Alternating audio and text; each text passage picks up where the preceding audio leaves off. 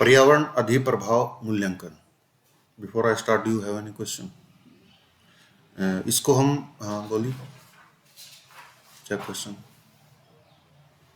जो ये 28 में शिखर सम्मेलन हुआ था, इसमें वैसे तो बता रहे कि 28 ही इनके लक्ष्य थे, जिसमें उन्होंने कहा है कि एक तो वैश्विक ताप वृद्धि को सीमित करना, जीवाश्म ईंधन से परिवर्तन और वैश्विक स्टॉक टेक वैश्विक स्टॉक टेक क्या है? वैश्विक स्टॉक टेक ये है, मतलब पूरे वर्ल्ड में जो कार्बन स्टॉक अवेलेबल है अभी, वैश्विक स्टॉक टेक है वो। पूरे वर्ल्ड में कार्बन कैप्चर कितना किया जा रहा है और कितना स्टोर कर चुके हैं हम। जैसे कि हमने देखा था, इकोनॉमिक्स में हमने पढ़ा था कि what is stock and what is flows. Stock वो होता है जब हम किसी पॉइंट पर कोई चीज हमारे पास अवेलेबल है, उसको स्टॉक बोलते हैं हम। ठीक है, तो पूरे विश्व में कार्बन का हमारे पास कितना स्टॉक टेक है, कितना हमने एनवायरनमेंट से कैप्चर करके, एटमॉस्फेयर से कैप्चर करके हमने रखा हुआ है, वो स्टॉक टेक है। वो चाहे पेड़ पौधों में कार्बन स्टोरेज हो, समुद्र में सिक्वेस्टेरियन हो, उसका मैंग्रोव्स के रूप में हो, ठीक है, किसी भी उसमें हो, ये कार्बन स्टॉक टेक है। एक ये 29 में जो COP29 हुआ था, तो इसमें बताया गया कि जलवायु वित्त यानी विकासशील देशों के लिए वित्तीय सहायता करना है। तो बस इसी मुद्दे को फोकस करके इसका नाम जलवायु वित्त किया गया।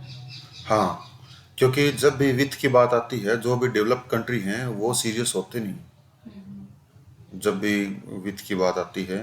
अभी जैसे COP28 में ये आया था कि इसके लिए इतने $1 मिलियन, शायद $3 मिलियन था, और $3 मिलियन डिसाइड तो कर दिया था कि प्रौद्योगिकी के संक्रमण के लिए, लेकिन उसके बारे में कोई फिक्स नहीं किया गया अभी तक, वो कोई डिसीजन ही नहीं लिया गया, कोई आगे बढ़ करके सामने आया ही नहीं है। जब भी कार्बन कैप्चर की, कार्बन एमिशन की बात होती है, तो डेवलप कंट्री सीरियस नहीं होते, ठीक है, और विकासशील देशों पर मतलब vent their rage. Any more question? So we have today पर्यावरण अधिप्रभाव मूल्यांकन, एनवायरनमेंट इम्पैक्ट असेसमेंट। कि कोई भी परियोजना चलाई जा रही है तो उस परियोजना में एनवायरनमेंट पर क्या प्रभाव पड़ रहा है, वो पर्यावरण अधिप्रभाव मूल्यांकन के अंतर्गत देखा जाता है।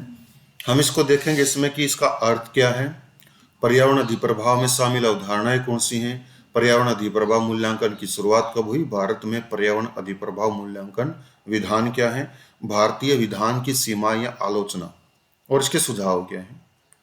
पर्यावरण अधिप्रभाव मूल्यांकन का अर्थ क्या? प्राकृतिक संसाधनों का उपयोग करते समय या मानव के द्वारा स्थापित की जाने वाली सामाजिक आर्थिक विकास की परियोजनाओं का पर्यावरण के ऊपर क्या प्रभाव पड़ सकता है, इसको ध्यान में रखकर यदि विकासीय कार्य की अनुमति दी जाती है तो उसे पर्यावरण अधिप्रभाव मूल्यांकन कहते हैं।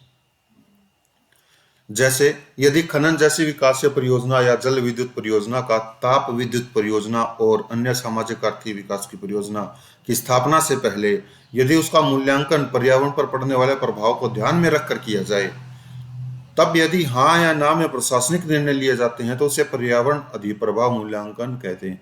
हाँ या ना में प्रशासनिक निर्णय लेने का मतलब, हाँ आप उस प्रोजेक्ट को शुरू कर सकते हो और ज्यादा प्रभाव पड़ रहा है तो नहीं कर सकते हो। हाँ या ना में निर्णय लेने का मतलब ये। पर्यावरण अधिप्रभाव में शामिल अवधारणाएं कौन कौन सी हैं? प्रस्तावित योजना के लगने स्थापित होने से पहले उस क्षेत्र की पर्यावरणीय दशाओं का प्रस्तुतिकरण करना, ये इसमें अवधारणाएं शामिल। प्रस्तावित योजना के स्थापित होने से उस क्षेत्र के पर्यावरण के विभिन्न घटकों पर पड़ने वाले प्रभावों का विवरण प्रस्तुतिकरण। परियोजना के स्थापित होने से पर्यावरण को होने वाले नुकसान की क्षतिपूर्ति के लिए तात्कालिक और दीर्घकालिक रणनीति का प्रस्तुतिकरण। प्रस्तावित योजना के वैकल्पिक परियोजना के विवरण का प्रस्तुतिकरण। परियोजना की लागत और लाभ के पक्ष का प्रस्तुतिकरण।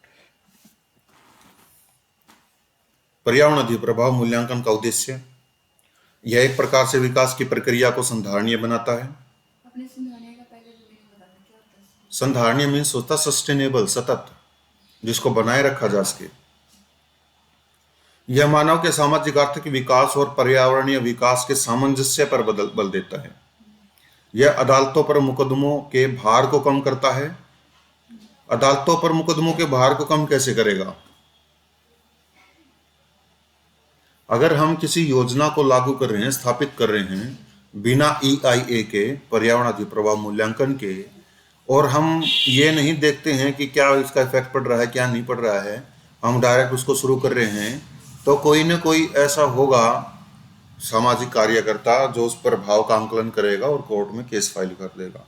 अगर हम पर्यावरण अधिप्रभाव को देख करके ऐसा कर रहे हैं तो वी कैन से दैट कि we can ease the burden of cases in courts. कई बार स्थापित विकासीय परियोजनाएं भूस्खलन और बाढ़ जैसी प्राकृतिक आपदाओं को प्रेरित करती हैं। पर्यावरणीय अधिप्रभाव मूल्यांकन इस प्रकार की आपदाओं का शमन करने में सहायक है। विश्व स्तर पर EIA की शुरुआत कब हुई? विश्व स्तर पर EIA की शुरुआत अमेरिका से हुई। वर्ष 1969 में अमेरिका को नेपा अधिनियम पारित किया गया, जिससे वहां EIA की शुरुआत हुई। नेपा का मतलब नेशनल एनवायरनमेंट पॉलिसी एक्ट। यह अधिनियम पारित किया गया जिससे एनवायरनमेंट इम्पैक्ट असेसमेंट की शुरुआत हुई। इसके बाद यूरोप, एशिया, अफ्रीका महाद्वीप के देशों में भी अपनाया गया। भारत में EIA की शुरुआत और विधान क्या है? 1976-77 इस वर्ष योजना आयोग ने विज्ञान प्रौद्योगिकी विभाग को नदी घाटी परियोजनाओं को स्थापित होने से पहले उनकी निगरानी करने को कहा था। 1976-77 में विज्ञान प्रौद्योगिकी विभाग ने नदी घाटी परियोजना, मान लो कोई नदी घाटी परियोजना चलाई जा रही है, डैम बनाया जा रहा है, तो डैम बनाने से आसपास के एरिया का मूल्यांकन करना कि डैम बनाएंगे पानी का लेवल इतना बढ़ जाएगा, कहीं ऐसा कोई क्षेत्र तो नहीं है आसपास में, गांव, खेत, जंगल कि वो डूब ना जाए उस पानी के लेवल बढ़ने से। तो इसका इम्पैक्ट करने के लिए कहा था 1976-1977 में, 76-77 में। परंतु 1993 तक यह EIA एक प्रकार का प्रशासनिक निर्णय हुआ करता था, एडमिनिस्ट्रेटिव। 1994 में इस वर्ष पर्यावरण संरक्षण अधिनियम 1986 के तहत भारत में EIA की शुरुआत हुई। 1986 में पर्यावरण संरक्षण अधिनियम आया और उसके बाद 1994 में EIA की शुरुआत हुई। 2006 इस वर्ष पर्यावरणीय अधिप्रभाव मूल्यांकन अधिसूचना 2006 जारी की गई, जिसमें निम्न प्रमुख प्रावधान शामिल किए गए थे। परियोजना मूल्यांकन की पद्धति का विकेंद्रीकरण किया गया। एक तो ये प्रावधान शामिल किया गया 2006 में। श्रेणी ए की परियोजना का मूल्यांकन केंद्र स्तर पर प्रभाव आंकलन एजेंसी और विशेषज्ञ मूल्यांकन समिति के द्वारा किया जाने लगा। श्रेणी ए की कोई भी परियोजना हो, ठीक है, उसका केंद्रीय स्तर पर। श्रेणी बी की परियोजना का मूल्यांकन राज्य स्तरीय पर्यावरण आंकलन प्राधिकरण और राज्य विशेषज्ञ मूल्यांकन समिति के द्वारा किया जाने लगा। इसमें जन सुनवाई की प्रक्रिया को शामिल किया गया। अनिवार्य EIA वाली परियोजनाओं को चिन्हित किया गया 2006 वाली में। 2020 में केंद्रीय वन, पर्यावरण और जलवायु परिवर्तन मंत्रालय द्वारा 2006 की अधिसूचना में संशोधन करके पर्यावरण अधिप्रभाव मूल्यांकन अधिसूचना 2020 जारी की गई, जिसमें निम्न प्रमुख प्रावधान शामिल हैं। परियोजनाओं को श्रेणी A, B1 और B2 श्रेणी में रखा गया। B2 श्रेणी में शामिल परियोजनाओं को लोक परामर्श और EIA से बाहर रखा गया। मतलब B2 श्रेणी में जो भी परियोजनाएं थी उन पे कोई लोक परामर्श नहीं होगा, जनता से कोई परामर्श नहीं लिया जाएगा और ना ही उनका EIA किया जाएगा। श्रेणी B2 की अन्य परियोजनाओं के लिए रणनीतिक शब्द का प्रयोग किया गया है, मतलब A के लिए और B1 के लिए। लोक परामर्श की समयावधि को घटाकर 45 से 40 दिन कर दिया गया है, मतलब 40 दिन के अंदर अंदर लोक परामर्श किया जाए। इस अधिसूचना के तहत वैसे उद्योग भी परियोजना के लिए अपना प्रस्ताव दे सकते हैं जिनका पहले से ही पर्यावरणीय नियमों के उल्लंघन का रिकॉर्ड रहा है। ठीक है, मतलब पहले ही पर्यावरण के नियमों का उल्लंघन किया उद्योगों ने, वो भी परियोजना के लिए अपना प्रस्ताव दे सकते हैं। इसमें पोस्ट फैक्टो प्रोजेक्ट क्लियरेंस का प्रावधान है। पोस्ट फैक्टो प्रोजेक्ट क्लियरेंस का मतलब एक क्लियरेंस को या देना हो तो बैक डेट में जाकर के इसको क्लियरेंस दिया जा सकता है। ठीक है, जैसे कि हम कानून लागू करते हैं ना, वो कानून लागू, मान लो आज कोई है कानून लागू कर दिया, आज के कानून में आप दोषी नहीं है लेकिन कानून अभी बना दिया और आपको ऐसे अपराध के लिए दोषी किया जा रहा जो अपराध आपने पास्ट में किया हो। ठीक है, तो उसको लागू किया जा सकता है, आपको दोषी ठहराया जा सकता है। इसमें ये पोस्ट फैक्टो का मतलब होता है पीछे भूतकाल में जाकर के किसी को क्लियरेंस दे देना। भूतकाल में जाकर के मतलब है बैक डेट से क्लियरेंस देना। ठीक है। भारत के बॉर्डर क्षेत्र को 100 किलोमीटर की हवाई दूरी के रूप में परिभाषित किया गया है। बॉर्डर क्षेत्र को 100 किलोमीटर की हवाई दूरी। ठीक है। 2020 की अधिसूचना की आलोचना, विसंगतियां क्या की गई? अन्य परियोजनाओं के लिए सामरिक शब्द प्रयोग किया गया है, परंतु इनमें से कौन सी परियोजनाएं आएंगी यह स्पष्ट नहीं है। सामरिक में कौन सी परियोजनाएं आएंगी यह स्पष्ट नहीं है। सामरिक शब्द का यूज किया गया है, अतः इससे कानून का दुरुपयोग संभव है। बॉर्डर क्षेत्र को 100 किलोमीटर हवाई दूरी के रूप में परिभाषित किया गया है, जिससे पूर्वोत्तर राज्यों के अधिकांश हिस्से इसमें आ जाएंगे जो जैव विविधता के दृष्टिकोण से समृद्ध और संवेदनशील हैं। नए विधान में लोक परामर्श और जन सुनवाई दोनों के लिए समय कम कर दिया गया है। यह उन लोगों के लिए कठिनाई उत्पन्न कर सकता है जो पृथक भौगोलिक क्षेत्रों में रहते हैं। आंतरिक जलमार्गों के निर्माण जैसी परियोजनाओं को भी EIA से बाहर रखा गया है। इससे नदी जैव विविधता प्रतिकूल रूप से प्रभावित हो सकती है। कुछ पूछना एनवायरनमेंट प्रभाव मूल्यांकन से कितने किलोमीटर का एरिया आएगा 100 हवाई दूरी के रूप में? EIA की शुरुआत कब हुई? 1994 में। किसके तहत हुई? पर्यावरण संरक्षण अधिनियम 1986 में। EIA की सबसे पहले वर्ल्ड में शुरुआत कहाँ हुई? USA में, जब USA ने नेपा पास किया था। ठीक है। तो ये है एनवायरनमेंट। इसका अर्थ क्या है एनवायरनमेंट इम्पैक्ट असेसमेंट का?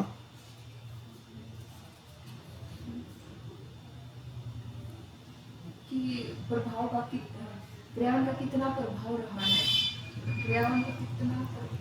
पर्यावरण का कितना प्रभाव रहा है? नहीं, पर्यावरण कोई भी योजना स्थापित करने से पहले, लागू करने से पहले, ठीक है, उस प्रोजेक्ट को इस्टेब्लिश करने से पहले ये देखना कि उस प्रोजेक्ट के द्वारा वातावरण पर क्या प्रभाव पड़ेगा, इसका मूल्यांकन करना और उसके बाद प्रशासनिक निर्णय हाँ या ना में लेना। ये है पर्यावरण प्रभाव मूल्यांकन। ठीक है। कार्बन कैप्चर स्टोर तकनीक, इनके बारे में देखेंगे हम। प्रथम चरण, द्वितीय चरण, तृतीय चरण, इनमें क्या क्या पढ़ना हमने? 3 चरण होते हैं इसके। प्रथम चरण में कार्बन पृथक्कीकरण एवं अधिग्रहण का चरण है। द्वितीय चरण में कार्बन परिवहन का चरण है। तृतीय चरण में कार्बन भंडारण का चरण है। तो इन चरणों को हम देखते हैं। कार्बन कैप्चर स्टोर तकनीक में 3 चरण शामिल होते हैं। प्रथम चरण देखो, कार्बन पृथक्कीकरण एवं अधिग्रहण का चरण। इस चरण में कार्बन को स्रोत क्षेत्र से या वायुमंडल कार्बन को अन्य गैसों से पृथक कर लिया जाता है। वायुमंडल से, वायुमंडल में पता है कि गैस कितनी है, ठीक है, उसमें से जो कार्बन है उस कार्बन को अलग कर लिया जाता है। द्वितीय चरण क्या है? कार्बन परिवहन का चरण है। इस चरण में पृथक किए हुए कार्बन को सुरक्षित तरीके से भंडारण स्थल तक ले जाया जाता है। यह पाइपलाइन के द्वारा किया जाता है। तृतीय चरण कार्बन भंडारण का चरण है। कार्बन का भंडारण 3 प्रकार से संभव है। महासागरीय भंडारण, महाद्वीपीय मग्न तट कॉन्टिनेंटल शेल्फ में ड्रिल करके कार्बन को दबाया जा सकता है। समझ गए? नॉर्वे उत्तरी सागर में इस तकनीक का प्रयोग कर रहा है। मतलब एनवायरनमेंट से कार्बन ली, कैप्चर कर ली, अन्य गैस से अलग कर दी, ओनली कार्बन ले ली। उस कार्बन को ले करके, ये फर्स्ट चरण हो गया। फिर उसको उसका स्थानांतरण होगा पाइप के माध्यम से। उस कार्बन को ले करके जाया गया है और फिर उसको मगन तट में पाइप के माध्यम से छोड़ दिया गया। ठीक है, ये चरण हो गए इसके। और नॉर्वे उत्तरी सागर में, नॉर्थ सी में इसका तकनीक का प्रयोग करें। महासागर की 1000 मीटर से अधिक की गहराई में कार्बन को पंप कर छोड़ा जा सकता है। 1000 मीटर से अधिक की गहराई में। चूंकि इतनी गहराई पर जल का घनत्व अधिक होता है, अतः कार्बन द्रव या हिम हाइड्रेट के रूप में जमा हो जाएगा, परंतु इससे सागर का अम्लीकरण बढ़ेगा। ठीक है, लोहे के कणों का छिड़काव कर फाइटोप्लैंक्टन की उत्पादकता बढ़ाई जा सकती है। इसमें कार्बन फर्टिलाइजेशन तकनीक भी कहते हैं। क्या है कार्बन फर्टिलाइजेशन तकनीक? लोहे के कणों का छिड़काव कर, लोहे के कणों का छिड़काव, जैसे कि उद्योगों में है कुछ लोहे की घिसाई की जा रही है, तो छोटे छोटे कण निकलते हैं उसके घिसाई से, उन कणों का छिड़काव करके फाइटोप्लैंक्टन की उत्पादकता बढ़ाई जा सकती है। जैसे पालक में आयरन होता है, केले में आयरन होता है, ठीक है।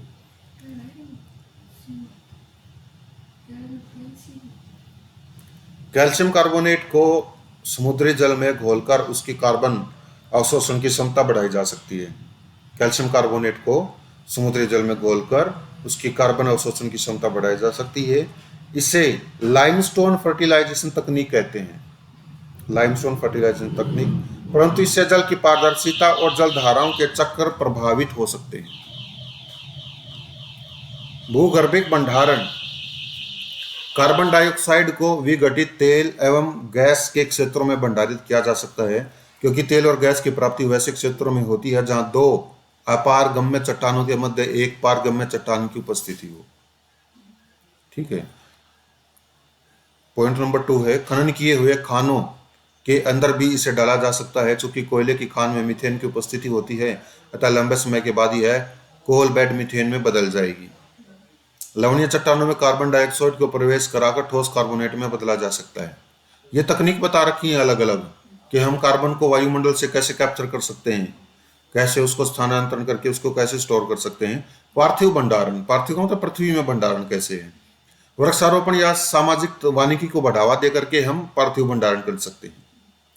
आर्द्र भूमि का प्रबंधन करके, ब्लू कार्बन को बढ़ावा दे करके, कृत्रिम वृक्षों को लगा करके कार्बन का भंडारण किया जा सकता है। सोलर रेडिएशन प्रबंधन की विधि, इसे भू अभियांत्रिकी भी कहते हैं। इसमें ऐसी तकनीकें शामिल है जो धरातल पर आने वाले सौर विकिरण की मात्रा को नियंत्रित कर सकते हैं।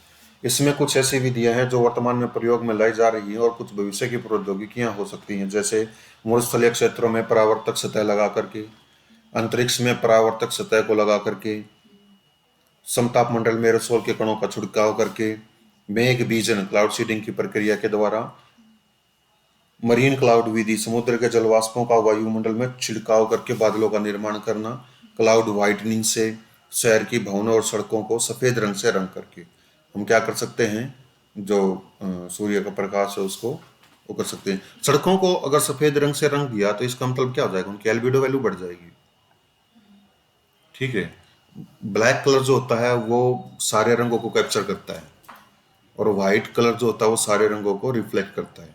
ठीक है। तो इसीलिए हम सर्दियों गर्मियों में सफेद कपड़े पहनना ज्यादा वो करते हैं। ठीक है। अम्ल वर्षा के बारे में पढ़ेंगे अब हम। अम्ल वर्षा क्या होती है, अम्ल वर्षा का अर्थ क्या है, अम्ल वर्षा कराने वाली गैसें, अम्ल वर्षा का रसायन, अम्ल वर्षा का प्रभाव क्षेत्र क्या है, नियंत्रणकारी प्रभाव क्या है। ठीक है। देखो डायग्राम, फ्लो चार्ट भूगोल का श्रृंगार होता है। अम्ल वर्षा को मार्बल कैंसर कहा जाता है। मार्बल कैंसर कहाँ से आया ये वर्ड? मार्बल कैंसर आया है जब ताजमहल की मार्बल को इफेक्ट हो रहा है। ठीक है। अम्ल वर्षा से। रसायन क्या है अम्ल वर्षा का? रसायन देखो क्या है, ये वो बता रखा है। अम्ल वर्षा कराने वाली गैसें सल्फर डाइऑक्साइड होगी, नाइट्रोजन ऑक्साइड होगी, कार्बन डाइऑक्साइड होगी, SO2, NO2 एंड CO2। ठीक है। प्राकृतिक स्रोत से भी आती है, मानवजन्य स्रोत से भी आती है ये गैसें। ये गैसें H2O से अभिक्रिया करती हैं। H2O से अभिक्रिया करके सल्फर डाइऑक्साइड जो है सल्फ्यूरिक अम्ल बन गया, नाइट्रोजन ऑक्साइड होगा नाइट्रिक अम्ल और कार्बन डाइऑक्साइड कार्बोनिक अम्ल बन गया। ये शुष्क निक्षेप और आर्द्र निक्षेप हो सकते हैं। शुष्क निक्षेप कैसे? वायुमंडलीय धूलकण, स्थानीय समस्या होगी, वायुमंडलीय धूलकण हो गए, फिर उससे स्थानीय समस्या कौन सी? स्थलीय जल निकाय हो गए, मृदा पर निक्षेप हो गया इसका।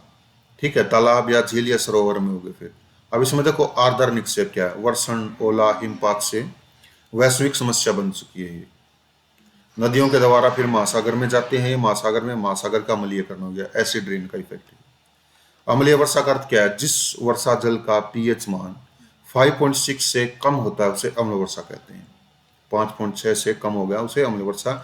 इसमें हाइड्रोजन आयन की सांद्रता का जमाव अधिक होता है, हाइड्रोजन आयन ज्यादा होते हैं इसमें।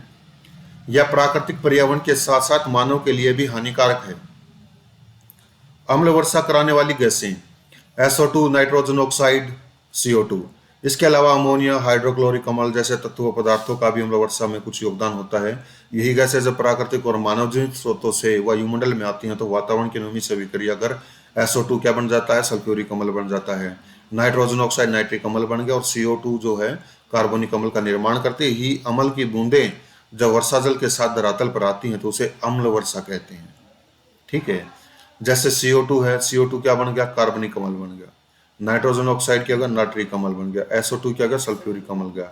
और ये जो तीनों गैसें इनका प्राकृतिक स्रोत भी हो सकते हैं, मानव जनित स्रोत भी हो सकते हैं। यही कार्बनिक अम्ल जब वर्षा की बूंदों से साथ मिलकर के एक्शन वो करता है तो ये अम्ल वर्षा का रूप धारण कर लेते, जमीन पर आ जाती है। ठीक है, अम्ल वर्षा का प्रभाव और अक्षेत्र देखो। अक्षेत्र क्या है, उत्तरी कनाडा, नॉर्वे, स्वीडन, फिनलैंड जैसे देश विश्व के महानगरीय क्षेत्र, पश्चिम एशियाई देश। प्रभाव, प्राकृतिक पर्यावरण पर क्या प्रभाव पड़ेगा इसका। अम्ल वर्षा को झील कातिल कहा जाता है क्योंकि झील जल में अम्ल के संचय से झील के जीव मरने लगते हैं। ठीक है, उत्तरी गोलार्ध में उच्च अक्षांशों में झील का प्रदूषण का यह सर्वप्रमुख कारण है, झील जल प्रदूषण का। अम्लीय वर्षा मृदा के पीएच मान को बदल देती है जिससे मृदा की गुणवत्ता कम हो जाती है, वनस्पति के विनाश का कारण बनती है।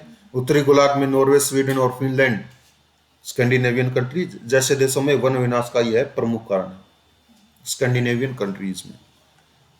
अम्ल वर्षा के कारण घोंघा की संख्या कम हो रही है जिसका प्रभाव उन पक्षियों पर पड़ रहा जो अंडा देने के लिए कैल्शियम से समृद्ध घोंघे का भोजन करते हैं, क्योंकि अंडे की जो खोल होती है कैल्शियम से की बनी होती है। घोंघे कम हो रहे हैं तो अंडा देने जो अंडा वो कमजोर बनेगा, टूट जाएगा, पक्षी कम हो जाएंगे। मानवीय प्रभाव, यह अम्लीय कोहरा कुहासा निर्मित करती है जिसमें दिखाई कम देता है। अम्ल का शुष्क निक्षेप कई प्रकार की बीमारियां जैसे अस्थमा, ब्रोंकाइटिस का कारण बनता है। यह सांस्कृतिक और ऐतिहासिक विरासत स्थलों को भी नुकसान पहुंचाती है जिससे पर्यटन की हानि होती है। ताजमहल का एग्जाम्पल हमने दिया था। अम्ल वर्षा को मार्बल कैंसर भी कहते हैं। मथुरा तेल शोधनशाला से निकलने वाले SO2 के कारण ताजमहल का सफेद संगमरमर पीला पड़ता जा रहा है। नोट, अंतरराष्ट्रीय स्तर पर हेलसिंकी प्रोटोकॉल SO2 उत्सर्जन नियंत्रण से संबंधित है। हेलसिंकी प्रोटोकॉल, ठीक है, फिनलैंड की कैपिटल शायद हेलसिंकी। पर्यावरणीय नैतिकता, अर्थ क्या है, पर्यावरणीय नैतिकता का तात्पर्य, पर्यावरणीय नैतिकता के मुद्दे क्या हैं, पर्यावरणीय नैतिकता की आवश्यकता क्या है, पर्यावरणीय नैतिकता के सिद्धांत क्या हैं, पर्यावरणीय नैतिकता के प्रकार, पर्यावरणीय नैतिकता एवं भारतीय परंपरा, पर्यावरणीय एवं भारतीय महापुरुष एंड अन्य। ये पर्यावरणीय नैतिकता वो नैतिकता है जिस नैतिकता का स्रोत पर्यावरण हो, जिससे पर्यावरण को सुधार करने में हमारी नैतिकता हमसे कुछ कहे, नैतिकता के कारण हम कुछ एक्शन लें ताकि पर्यावरण में कुछ सुधार हो। इन जनरल टर्म्स पर्यावरण नैतिकता यही है। इसका अर्थ देखो क्या है। नैतिकता दर्शन शास्त्र की एक शाखा है जिसमें हम मूल्य, व्यवहार तथा आचरण के बारे में अध्ययन करते हैं। यह एक सिद्धांत है जिसके द्वारा यह तय किया जाता है कि कौन सा कार्य सही है या गलत, या फिर सत्य है या असत्य। इस प्रकार नैतिकता जीवन जीने की एक कला है जो मानव को सद्व्यवहारों की ओर प्रेरित करती है। पर्यावरणीय नैतिकता का तात्पर्य या अर्थ क्या है। पर्यावरणीय नैतिकता मानव पर्यावरण संबंधों के बीच अध्ययन का एक क्षेत्र है जिसका केंद्रीय विषय वस्तु यह है कि मानव का पर्यावरण के साथ व्यवहार कैसा होना चाहिए और वर्तमान में किस प्रकार का है। समझ गए। यह मनुष्य को प्रकृति के मूल्यों को मान सम्मान देने की बात करता है। यह पशु अधिकारों की बात करता है और बताता है कि हमें पशुओं के साथ भी अच्छा व्यवहार करना चाहिए। यह कहता है कि प्रत्येक मानव का यह कर्तव्य है कि वह अपने आसपास के पर्यावरण का संरक्षण करे। यह कहता है कि यदि हम अपनी आने वाली पीढ़ी को एक बेहतर विश्व देना चाहते हैं तो प्रकृति के साथ हमारा शोषणात्मक व्यवहार नहीं होना चाहिए। इस प्रकार पर्यावरणीय नैतिकता का दर्शन पर्यावरण और उसके विभिन्न घटकों के संरक्षण और प्रबंधन पर आधारित है। पर्यावरणीय नैतिकता के मुद्दे क्या है। क्या वनों की निरंतर कटाई जारी रहनी चाहिए, मुद्दा 1। क्या ग्रीन हाउस गैसों का उत्सर्जन निरंतर जारी रहना चाहिए, मुद्दे नंबर 2। 3, क्या अपशिष्टों को बेरोक टोक पर्यावरण में फेंका जाना चाहिए? क्या उद्योग जगत का पर्यावरण के प्रति कोई कर्तव्य है। क्या मानव की आवश्यकताएं महत्वपूर्ण है? प्रकृति का संरक्षण भी महत्वपूर्ण है। पर्यावरणीय नैतिकता की आवश्यकता। प्रकृति के मूल्यों का सम्मान करने के लिए पर्यावरणीय नैतिकता आवश्यक है। मानव द्वारा प्राकृतिक संसाधनों के अंधाधुंध दोहन के कारण जहां एक तरफ पर्यावरण गुणवत्ता में गिरावट आई है, वहीं दूसरी तरफ प्राकृतिक आपदाओं के बढ़ने के कारण मानवीय संस्कृति के समक्ष चुनौती बढ़ती जा रही है। अतः यदि मानव अपनी उत्तरजीविता बनाए रखना चाहता है तो उसे पर्यावरणीय नैतिकता के दर्शनों का पालन करना होगा। अंतर्राष्ट्रीय स्तर पर भी पर्यावरण संरक्षण से संबंधित संस्थाओं और विचारधाराओं को आगे बढ़ाने के लिए तथा नई संस्थाओं के सृजन के लिए पर्यावरणीय नैतिकता अनिवार्य है। हम अपनी आने वाली पीढ़ी को यदि एक बेहतर विश्व देना चाहते हैं और सतत विकास की ओर बढ़ना चाहते हैं तो पर्यावरणीय नैतिकता अनिवार्य है। पर्यावरणीय नैतिकता के सिद्धांत कौन से हैं? पर्यावरणीय नैतिकता के 3 मूल सिद्धांत हैं। मानव केंद्रवाद। इस दर्शन में मानव को सर्वाधिक महत्वपूर्ण माना गया है। पृथ्वी की सभी वस्तुएं केवल मानव की उत्तरजीविता को बनाए रखने में सहायक हैं। इस प्रकार यह दर्शन मानव को प्राकृतिक संसाधनों को उपभोग करने के लिए प्रेरित करता है। मानव केंद्रवाद। गैर मानव केंद्रवाद। यह मानव केंद्रवाद के विपरीत मान्यता रखता है। इसमें मानव को केंद्र में नहीं रखा जाता। इस दर्शन में प्रकृति की प्रत्येक वस्तु को महत्व प्रदान किया जाता है, अर्थात यह दर्शन मानवीय अस्तित्व के साथ साथ प्राकृतिक संरक्षण की भी बात करता है। गैर मानव केंद्रवाद। परितंत्र केंद्रित सिद्धांत। यह सिद्धांत प्राकृतिक पर्यावरण के संरक्षण पर आधारित है। यह दर्शन मनुष्य को सभी जीवों के साथ सम्मान और सद्भाव के साथ साथ देखने पर बल देता है। इस प्रकार यह दर्शन मनुष्य के कर्तव्यों का निर्धारण करता है। पर्यावरणीय नैतिकता के प्रकार क्या? इसके 3 प्रकार हैं। सामाजिक पर्यावरणीय नैतिकता। यह मानव पर्यावरण और मानवीय संस्थाओं के मध्य सहयोग पूर्ण सामंजस्य पर बल देता है। इसमें यह दर्शन समाहित है कि मानव पर्यावरण एक दूसरे के पूरक हैं और इस मान्यता के आधार पर वर्तमान समय के कई प्रकार की पर्यावरणीय समस्याओं का समाधान किया जा सकता है। गहन परिस्थितिकी। यह मूल रूप से इस दर्शन पर आधारित है कि मनुष्य को प्रकृति के साथ अपने संबंधों में सुधार करने की जरूरत है, अर्थात मानव का वर्तमान में प्राकृतिक संसाधनों के उपयोग करने का जो दृष्टिकोण है उसमें सुधार करने की जरूरत है, क्योंकि मानव अंधाधुंध प्राकृतिक स्रोतों का प्रयोग कर रहा है जिससे प्रकृति में इम्बैलेंस हो चुका है। यह सिद्धांत जैवमंडल के संरक्षण पर बल देता है, अर्थात यह दर्शन कहता है कि मनुष्य को अपनी आवश्यकताओं की पूर्ति के लिए जैवमंडल के प्राकृतिक संसाधनों का संरक्षण भी करना चाहिए। पारिस्थितिकी नारीवाद। यह दर्शन इस पर आधारित है कि प्रकृति के ऊपर मानव द्वारा वर्चस्व स्थापित करने और महिलाओं के ऊपर नियंत्रण स्थापित करने का दृष्टिकोण राजनीतिक विचारधारा और सामाजिक संस्थाओं से हुआ है। अतः यह सिद्धांत कहता है कि स्वस्थ पर्यावरण और न्यायपूर्ण समाज की स्थापना में महिला की केंद्रीय भूमिका होनी चाहिए। पर्यावरणीय नैतिकता एवं भारतीय परंपरा। भारत की समृद्ध सामाजिक और धार्मिक परंपरा में पर्यावरणीय नैतिकता को नियम तरीके से देखा जा सकता है। प्रस्तर युग में प्राप्त गुफा चित्रकारी में प्रकृति के प्रति सम्मान का भाव दिखाई देता है। सिंधु सभ्यता के लोग जल, वृक्ष, नाग, घड़ियाल और कुबड़ वाले बैल की पूजा करते थे, मतलब प्रकृति पूजक थे लोग। वैदिक धर्म को केंद्रीय विषय वस्तु प्रकृति का संरक्षण है। ऋग्वेद में ब्रह्मांड की तुलना एक परिवार से की गई है और बताया गया है कि यदि परिवार से एक व्यक्ति अलग हो जाए तो परिवार का संतुलन टूटने बिगड़ने लगता है। ठीक उसी प्रकार प्रकृति के घटकों में संतुलन आने से ब्रह्मांड का संतुलन बिगड़ सकता है। वर्तमान समय में भी देश के विभिन्न भागों में नई फसलों की कटाई के समय प्रकृति की पूजा की जाती है। जैसे भी अब हमारे एरिया में हम देखते हैं, जैसे भी नई फसल आती है तो हम उस फसल के कुछ भाग को अपने देवता को अर्पित करते हैं। ठीक है, हम पूजा करते हैं जब भी फसल आती है प्रकृति की। बौद्ध विचारधाराओं में पीपल तथा हिंदू धर्म में तुलसी, केला इत्यादि वृक्षों को पवित्र मार्ग मानकर उनकी रक्षा करना प्रकृति संरक्षण से जुड़ा हुआ है। पर्यावरणीय नैतिकता। प्रकृति संरक्षण से पीपल कैसे? जैसे भी हम पीपल के नीचे दिया लगाते हैं, पूजा करते हैं उसकी। ठीक है। पर्यावरण नैतिकता एवं भारतीय महापुरुष। महात्मा बुद्ध एवं पर्यावरणीय नैतिकता के दर्शन। बुद्ध अहिंसा के समर्थक थे और जीवों के साथ करुणा और दया के साथ व्यवहार करने के लिए कहते थे। बौद्ध भिक्षुओं को सादा और संयमित जीवन जीने पर बल देते थे। धन के अति संचय को वर्जित करते थे। बुद्ध का मानना था कि जिस तरीके से मन और शरीर का अलग अस्तित्व संभव नहीं है, ठीक उसी प्रकार मानव और पर्यावरण का अलग अस्तित्व भी संभव नहीं है। महात्मा गांधी और पर्यावरण में नैतिकता क्या है? अहिंसा और पर्यावरणीय नैतिकता। अहिंसा और पर्यावरणीय नैतिकता महात्मा गांधी ने बताया। सत्याग्रह और पर्यावरणीय नैतिकता बताया। सर्वोदय और पर्यावरणीय नैतिकता। ट्रस्टीशिप और पर्यावरणीय नैतिकता। ट्रस्टीशिप क्या होता है? ट्रस्टीशिप एक ट्रस्ट का मेंबर हो गया। ठीक है, उस ट्रस्ट को कोई भी काम सौंप दिया जाए पर्यावरण संरक्षण से संबंधित, तो वह पर्यावरणीय नैतिकता होगी। कारपोरेट पर्यावरणीय नैतिकता, अर्थव्यवस्था और उद्योग में धनात्मक संबंध होता है। ठीक है, उद्योग बढ़ेंगे, अर्थव्यवस्था बढ़ेगी, यह धनात्मक संबंध है, पॉजिटिव रिलेशन है। परंतु उद्योगों का विकास पर्यावरणीय कीमतों पर होता है, क्योंकि उद्योगों से निकलने वाले अपशिष्ट और ग्रीन हाउस गैसेज पर्यावरण को नुकसान पहुंचाते हैं। अतः उद्योग जगत का नैतिक कर्तव्य बनता है कि वह पर्यावरण संरक्षण का कार्य बने।